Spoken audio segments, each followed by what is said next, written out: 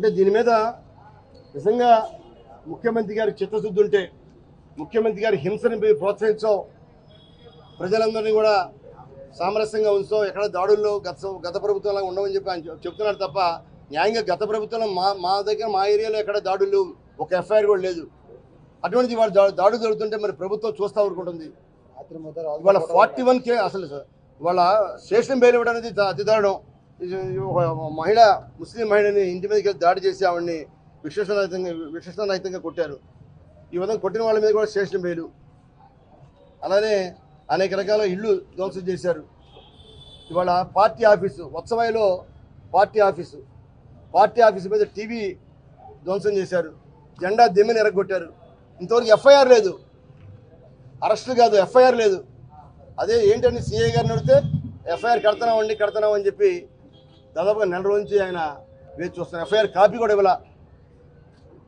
వైఎస్ఆర్సీపీ కార్యాలయం మీద దాడి చేస్తే మండల హెడ్ క్వార్టర్స్లో ఎఫ్ఐఆర్ కాపీ ఇవ్వాల ఈ రోజు వరకు కూడా. అది పరిపాలన అలా ఉంది. ఆ రోజు అక్కడ ఉన్న జెండా దిమ్మిని ఫ్లెక్సీని కూడా తీసేయడం జరిగింది.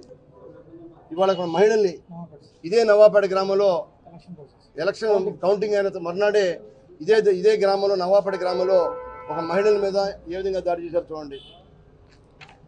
అలానే వీరయ్య గారి విగ్రహాన్ని తలపగలు కొట్టేశారు. విగ్రహాన్ని పోలంపల్లి గ్రామంలో తాటేపల్లి రవి గారని సర్పంచ్ సొసైటీ అధ్యక్షుడు, ఆ తండ్రి ఏనాడో 30 సంవత్సరాల క్రితం ఆయన సిపిఐ లీడర్, ఆయన మీద కూడా తల శిలాఫలకాన్ని వెరగొట్టారు. అలా రాజశేఖర రెడ్డి గారి విగ్రహం ఉంది. రాజశేఖర రెడ్డి గారి విగ్రహం, ఆ విగ్రహాన్ని కూడా సుత్తులతోటి మొత్తం ధ్వంసం చేశారు జగ్గేపేట కాన్స్టిట్యున్సీలో.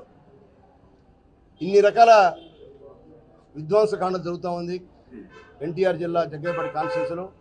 దీనికి కారణం మరి అనేక మంది ఎవరైతే రౌడీ ముఖులున్నారో, ఎవరైతే దీని వెనకాలన్నారో వారి మీద వెంటనే పోలీసు మరి తప్పకుండా పోలీస్ కమిషనర్ గారు కానీ, ఐజీ కానీ, ఇవాళ డీజీపీ గారు కానీ తప్పకుండా దీని మీద చర్య తీసుకోవాలని చెప్పి ప్రభుత్వం కోరుతున్నాం.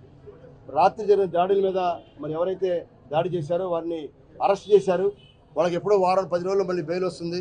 అలా కాకుండా ఆ గ్రామం ఈ కేసు మర్డర్ కేసు ఏదైతే వాళ్ళ విచారణలో ఉన్న మర్డర్ కేసు తేలేంత వరకు కూడా ఈ ముద్దాయిల్ని మరి పీడీ యాక్ట్ పెట్టి గ్రామంలో రాకుండా ఉంటే ఆ గ్రామంలో శాంతియుతంగా ఉంటుంది ఆ గ్రామం.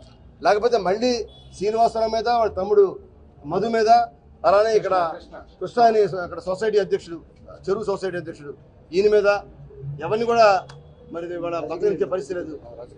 కాబట్టి తప్పకుండా దీని మీద న్యాయ విచారణ గట్టిగా జరగాలని చెప్పి డిమాండ్ చేస్తున్నాం.